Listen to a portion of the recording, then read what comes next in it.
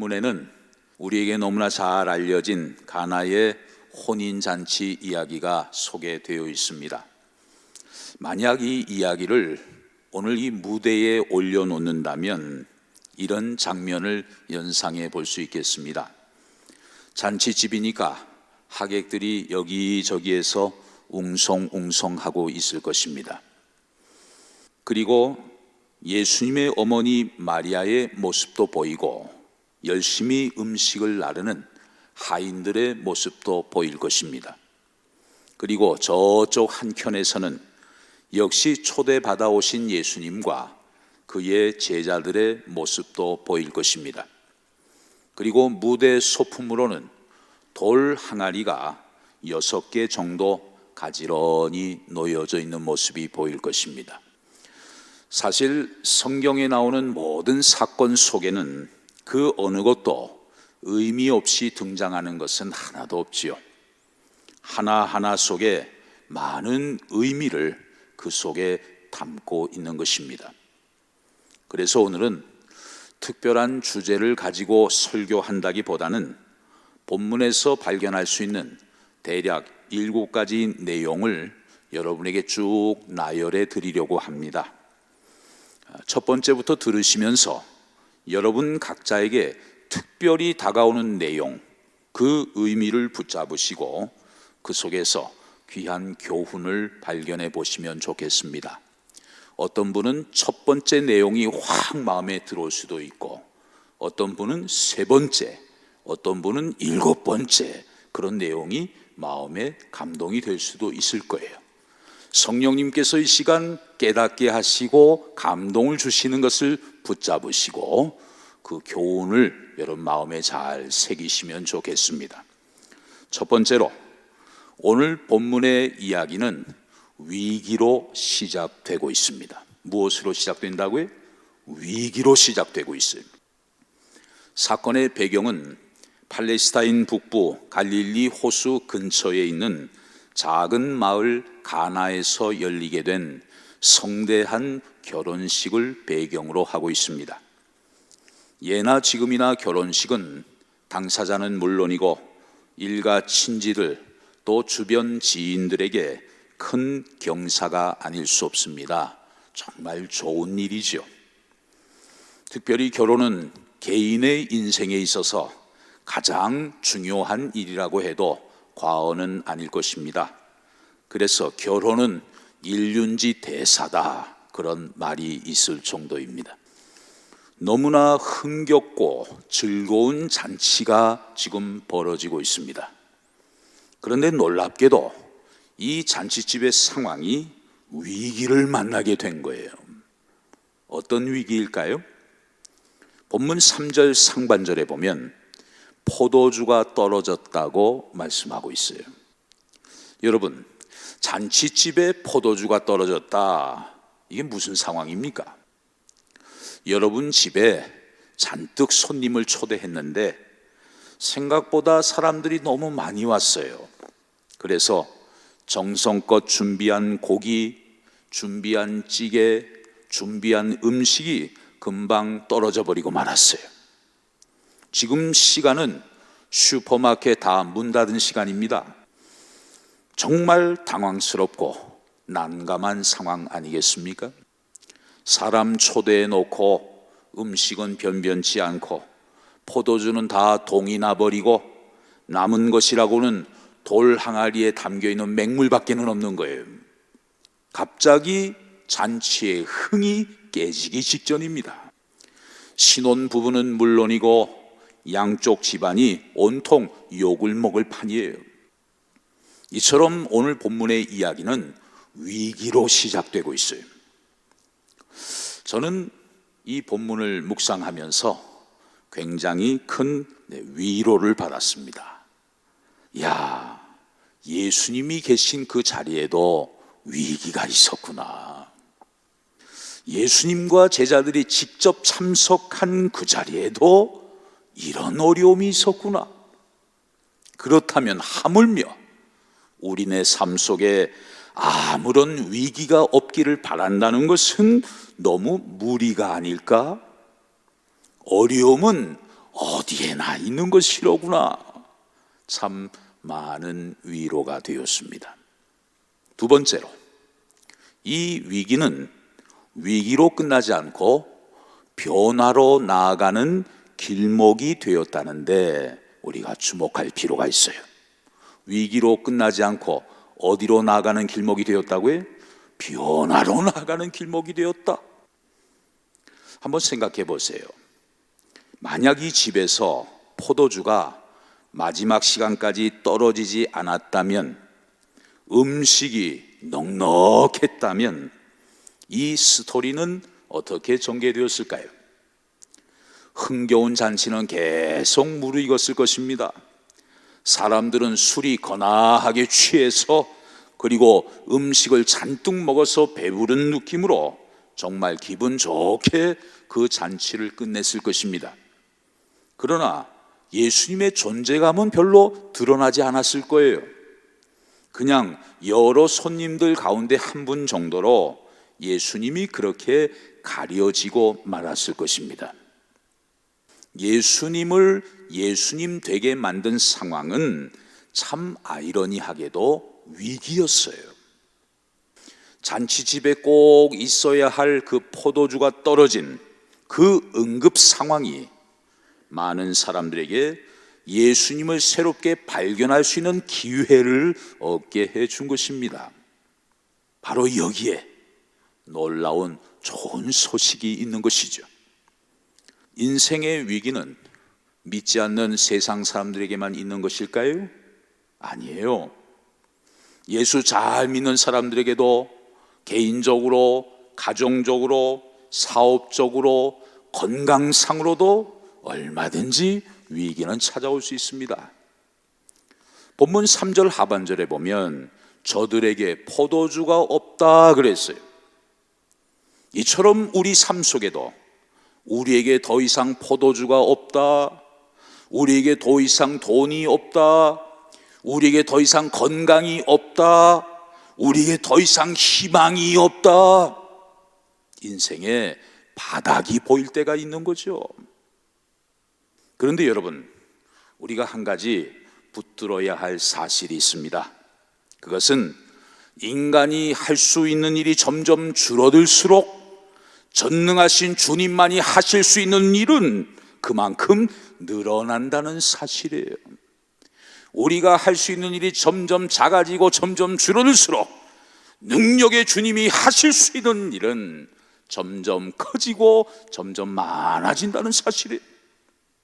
인생의 위기와 도전은 주님이 행하시는 변화로 가는 길목이지 그것이 끝이 아니라는 사실을 기억하실 수 있기를 바랍니다. 적당한 위기와 어려움은 하나님이 들려주고자 하시는 놀라운 변화의 서곡이라는 사실을 여러분들 믿으실 수 있기를 바랍니다. 세 번째로, 그 변화를 가능케 한 주인공은 누구인가 하는 거예요. 미안하지만 마리아가 아니었습니다. 일부 종교에서는 오늘 이 본문에 근거해서 예수도 마리아의 말을 들었다, 그러므로 마리아에게 기도해라, 지금까지도 그렇게 가르치고 있어요. 그러나 그건 아니지요. 마리아가 변화의 주인공은 아니에요. 또 물 떠온 하인들도 주인공은 아닙니다. 물을 포도주로 바꾸어 주신 주인공, 그 장본인은 과연 누굴까요? 자칫 잔치의 흥이 깨질 수도 있고 수치를 당할 수도 있는 그런 잔치집의 분위기를 오히려 칭찬과 감탄이 터져나오게 하는 기쁨의 잔치로 역전시켜 주신 그분은 바로 예수님이셨어요. 이 예수님께서 오늘도 그리스도의 영, 하나님의 영, 성령님으로 우리에게 임하셔서 21세기를 살아가는 오늘 우리의 삶 속에서도 계속해서 역사하고 계시는 줄로 믿습니다. 여러분, 맹물을 변하여 포도주가 되게 하는 이 기적은 성경 속에만 묶여 있는 사건이 아니에요. 정말 의미 없고 희망이 없고 비전이 없는 그런 수많은 인생들에게 주님은 오늘도 찾아오십니다. 우리가 마음의 문을 활짝 열고 그 주님을 믿고 영접하기만 하면 주님은 내 안에 들어오십니다. 그리고 아무 맛도 없는 맹물 같은 보잘것없는 내 인생을 그분이 새롭게 변화시키십니다. 그래서 사람들을 흐뭇하게 하고 정말 잔치의 흥을 돋구게 하는 포도주 같은 인생으로 우리의 삶을 만들어 주실 줄로 믿습니다. 네 번째로, 오늘 사건에 등장하는 소품들을 보니까 돌 항아리들이 보여요. 유대 정결 의식에서 사용되는 아주 중요한 도구이죠. 구약시대 대표적인 종교는 유대교입니다. 저들은 항상 손과 발을 씻어야 했어요. 성전에 들어갈 때도 그랬고 또 집에 들어갈 때도 그랬습니다. 문 어귀에 있는 돌 항아리에서 물을 떠다가 먼지 묻은 손과 발을 깨끗이 닦아야만 했어요. 이 말씀을 생각하면서 코로나가 생각이 나요. 우리도 성전을 출입할 때 손을 깨끗이 닦고 집에 출입을 할 때도 손을 깨끗이 닦고 마치 유대교의 정결 예식을 거행하는 것처럼 느껴집니다. 이 항아리 속에 있는 물을 예수님이 포도주로 바꾸어 주셨다. 이 사건은 무엇을 의미하는 것일까요? 이 돌 항아리는 구약 옛 언약을 상징합니다. 그런데 그것을 포도주로 바꾸어 주셨다고 할 때 포도주는 신약 새 언약을 상징하는 것이죠. 당신의 보배로운 피를 흘려서 죄 아래에 있는 사람들의 허물을 얼마든지 씻어주시고 하나님의 자녀로 삼아주신다고 하는 이 새 언약을 상징적으로 보여주는 것이 바로 오늘 본문의 포도주 사건이에요. 사람들의 입을 통해서 나오는 말이 있지요. 참 이상하네요. 보통은 처음 포도주가 더 맛있고 나중에는 맛이 없는데 이상하게도 처음 것보다 나중에 포도주가 훨씬 더 맛이 있네요. 구약의 율법보다 신약의 은혜가 얼마나 더 풍성하고 더 맛이 있고 그리고 우리의 삶을 얼마나 윤택하게 하는 것인지를 상징적으로 보여주고 있는 것입니다. 다섯 번째로 순종입니다. 순종. 마리아가 이 위기 속에서 태연하게 하인들에게 말을 합니다. 자, 5절을 보십시오. 그의 어머니가 하인들에게 이르되 너희에게 무슨 말씀을 하시든지 그대로 하라 하니라. 아멘. 그 마리아의 말을 들은 하인들은 예수님의 말씀에 그대로 순종해요. 자, 예수님이 뭐라고 말씀하시는지 본문 7절을 보십시오. 예수께서 그들에게 이르시되 항아리의 물을 채우라 하신즉 아귀까지 채웠다고 말씀합니다. 이 말씀을 자세히 보면 돌 항아리가 6개 있었는데 예수님은 뭐라고 말씀하세요? 그냥 그 돌 항아리에 물을 채우라고 말씀하십니다. 그 말씀에 대해서 하인들은 지금 어떻게 행동했습니까? 그 돌 항아리를 채우되 적당히 채운 것이 아니고 어디까지? 아귀까지 채웠다고 기록하고 있어요. 우리말 성경 번역을 보니까 이렇게 번역되어 있습니다. 그들은 항아리마다 물을 넘치도록 가득 채웠다. 그러니까 물이 흘러 넘치도록 물을 가득 채웠다는 거예요. 적당한 순종이 아니고 최대한 순종을 한 것입니다. 적당히 순종했다면 포도주도 적당히 되었을 거예요. 그런데 기꺼이 최대한으로 순종을 했더니 그것이 저들에게 위기가 변하여 축복의 사건이 될 수 있었던 것입니다. 여러분, 우리는 남은 생에 수많은 말씀들을 앞으로도 듣게 될 것입니다. 그리고 그때마다 나에게 주시는 하나님의 말씀을 우리는 받게 될 것입니다. 비록 우리 삶의 자리에 있어야 할 포도주가 떨어질 수 있어요. 꽉 차 있어야 할 저 돌 항아리가 텅 비어 있을 수도 있습니다. 그러나 거기에 떨어지는 하나님의 말씀을 듣고 아귀까지 채우는 철저한 순종으로 나아가게 될 때, 여러분의 삶 속에도 물이 변하여 포도주가 되는 놀라운 기적의 역사가 반드시 일어나게 될 줄로 믿습니다. 여섯 번째로, 오늘 가나의 혼인잔치에서 물이 변하여 포도주가 된 사건은 예수님이 메시아로 취임하신 후에 행하신 몇 번째 기적? 첫 번째 기적이라는 거예요. 그런데 그 기적이 어디에서 일어나고 있습니까? 초상집이 아니고 잔치집에서 행하셨다는 사실을 우리가 묵상할 필요가 있어요. 기독교의 본질이 무엇인가를 단적으로 보여주고 있는 사건입니다. 세상에 수많은 종교들이 있는데 어떤 종교는 초상집 같은 종교가 있어요. 조용합니다. 아주 적막합니다. 그런 분위기가 좋아서 거기에 심취하는 분들도 많이 있지요. 그런데 예수님의 복음이 중심이 되는 우리 기독교는 본질적으로 축제의 종교라는 사실을 알아야 합니다. 물론 예수님은 초상집에도 가셨습니다. 어려움을 당한 사람, 슬픔에 잠긴 사람들에게도 찾아가셔서 함께 울기도 하셨어요. 그런데 예수님이 가신 곳마다 죽은 자가 일어나고 슬픈 자가 눈물을 씻어내고 새로운 소망을 얻게 되는 놀라운 반전이 일어나게 된 것입니다. 예수님이 이 땅에 오신 목적도 자기 백성들을 위로하기 위해서 오셨습니다. 내 백성들을 위로하라. 내 백성들에게 정다히 말하라. 그 노역의 때가 끝났고 그 죄악이 다 사함을 받았느니라. 너에게 자유와 해방을 주시기 위해 그분이 세상에 오셨느니라.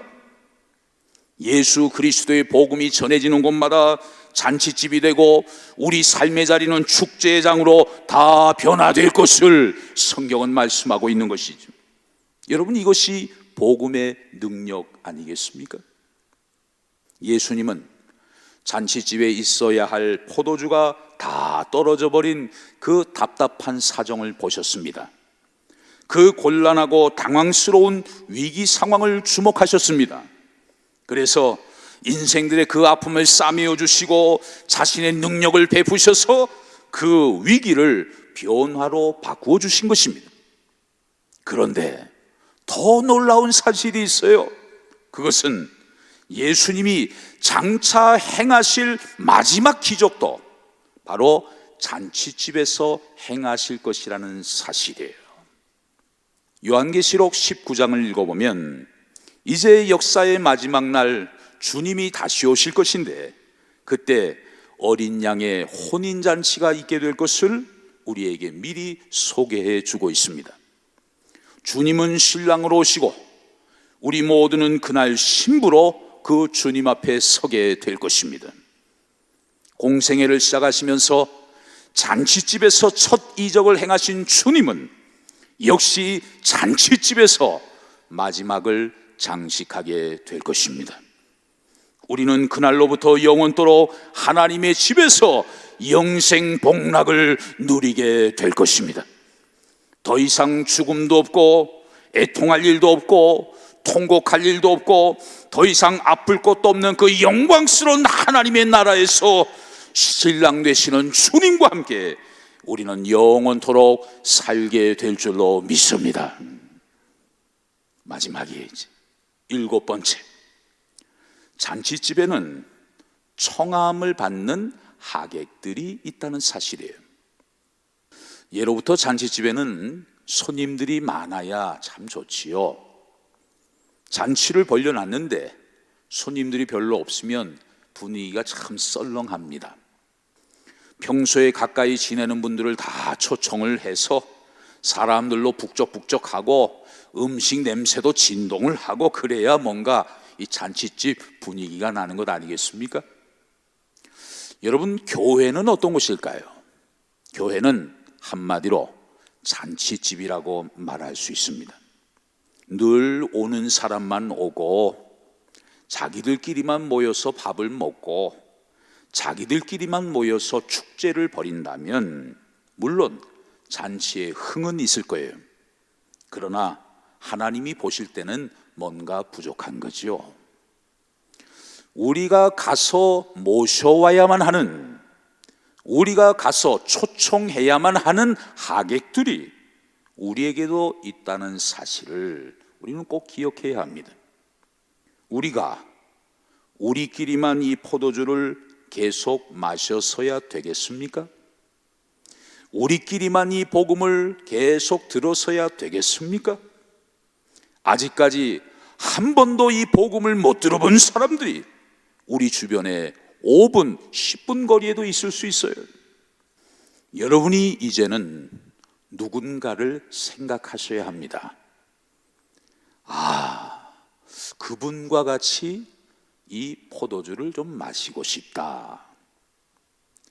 정말 맹물처럼 살아가는 희망 없는 그 인생에게도 이 주님의 기쁨을 좀 나누어 주고 싶다. 여러분 마음속에 내가 경험한 주님의 그 위로와 기쁨과 평안을 누군가에게도 나누어 주고 싶다. 이 마음이 여러분 속에서부터 일어나게 될 때 여러분의 옆자리는 머지않아 누군가로 채워지게 될 것입니다. 이 하나님의 집은 날로 잔치집이 되어 갈 것입니다. 우리 교회도 맹물이 변하여 포도주가 되는 기적이 날마다 일어나게 될 줄로 믿습니다. 사랑하는 성도 여러분, 예수님은 누구십니까? 성경은 이 질문에 대해서 다양한 각도로 예수님을 소개하고 있어요. 수많은 이야기들을 한마디로 요약한다면 예수님은 우리 인생의 근본적인 문제들을 다 해결해 주시는 분이라고 성경은 선포하고 있어요. 그렇다면 인생의 가장 근본적인 문제는 무엇일까요? 두 가지입니다. 하나는 죄의 문제이고 또 하나는 무슨 문제? 죽음의 문제예요. 그런데 그 무엇도, 그 누구도 이 문제를 해결할 수 없는 거예요. 오직 주님만이 인생의 근본적인 문제를 다 해결하실 수 있는 것이다. 성경은 분명히 말씀하고 있어요. 십자가의 죽으심으로 죄의 문제를 해결하셨습니다. 그리고 3일 만에 부활하심으로 인생의 죽음의 문제를 통쾌하게 해결해 주신 것입니다. 그러므로 누구든지 예수님을 나의 구원자로 믿고 그분을 내 인생의 주님으로, 주인으로 영접하기만 하면 생명의 성령의 법이 죄와 사망의 법에서 우리 모두를 해방시켜 주십니다. 그분 안에 있는 참 생명을 얻게 하십니다. 우리에게 영원한 자유를 주님이 허락해 주시는 것입니다. 새로운 계절, 가을을 시작하면서 9월 한 달도, 아니 여러분의 남은 생애에도 언제나 주님의 말씀을 듣고 주님의 말씀에 철저히 순종하고 주님의 손을 꼭 붙잡고 살아감으로 인생의 위기마저도 기회로 바꾸어 주시는 놀라운 주님의 기적을 날마다 경험하며 살아가는 복된 저와 여러분들 다 되실 수 있기를 주의 이름으로 축원합니다.